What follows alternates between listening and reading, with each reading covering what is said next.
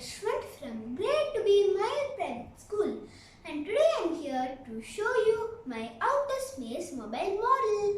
I have chosen stars for this model. Let me share a few information about stars. What is a star? A star is a luminous ball of gas, mostly hydrogen and helium, held together by its own gravity. Nuclear fusion reactions in its core supports the star against gravity and produces photons and heat. A star is born from the death of another star. The sun is the closest star to Earth. What are the colors of the stars? Stars exist in a range of colors: red, orange, yellow, green, white and blue. Red being the coldest and blue being the hottest.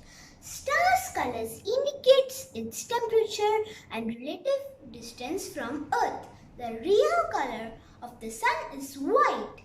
The reason that the sun looks yellow to us is because the Earth's atmosphere scatters higher wavelength colors like red, orange and yellow less easily. Life cycle of a star and its 7 stages.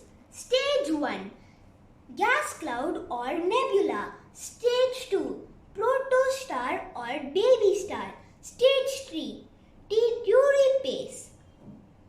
Stage 4, main sequence stars. Stage 5, expansion into red giant. Stage 6, fusion of heavier elements. Stage 7, supernova and planetary nebula.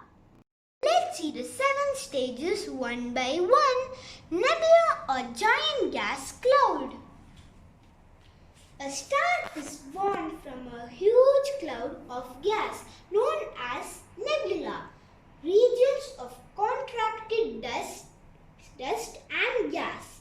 Gas and dust begins to collide, contract and heaten up, all due to its own gravity. Protostar. As a nebula contracts, a small star is formed.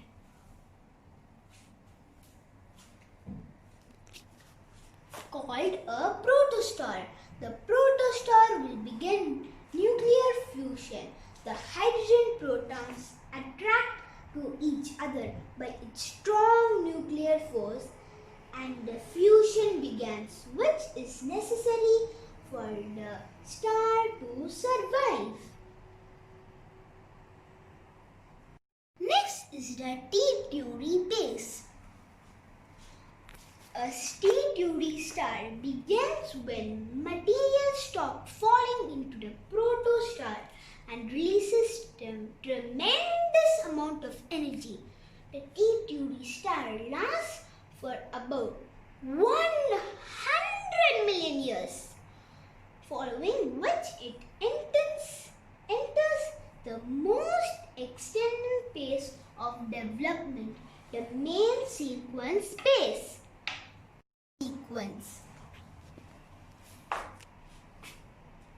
The main sequence phase is the stage where the core temperature reaches the point for the fusion. The main sequence phase can be divided into 2 categories: the massive star or the average star. This process, the photons of hydrogen are converted helium.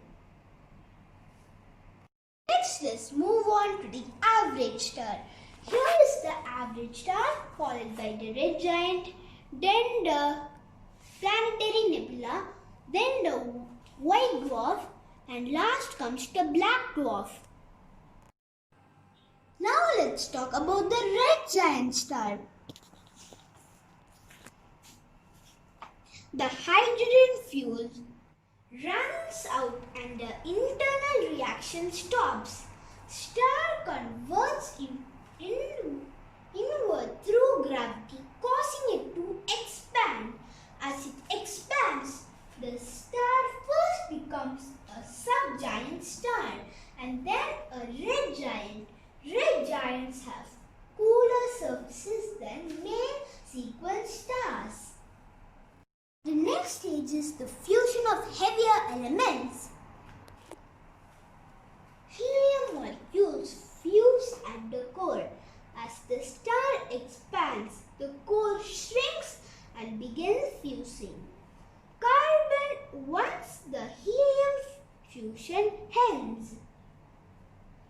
This process repeats until iron appears at the core. The iron fusion reaction absorbs energy, which causes the core to collapse. This is a life cycle of an average star.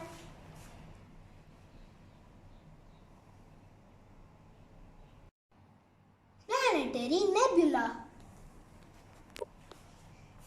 Implosion transforms average star into a planetary nebula, while smaller stars like the Sun contract into white dwarfs and contract into a black dwarf.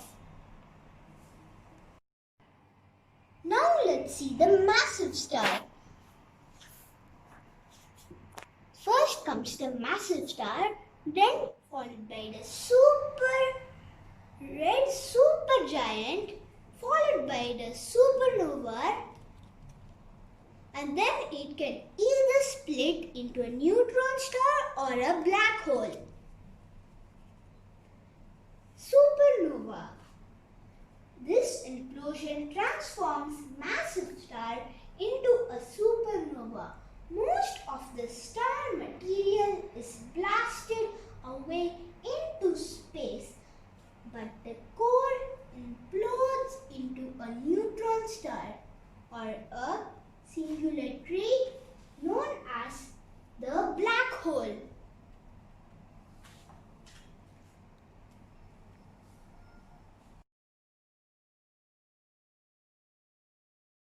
Next time when you look up at the stars, remember, this is how they were created and how they will die. Whether big or small, young or old, stars are one of the most beautiful and relical objects in all of the creation. Everything in this universe has birth and death. Nothing is permanent in this universe. Thank you, ADNOC, for giving me an opportunity to explore outer space. Thank you and hope you all enjoyed this video. Bye. Have a happy day.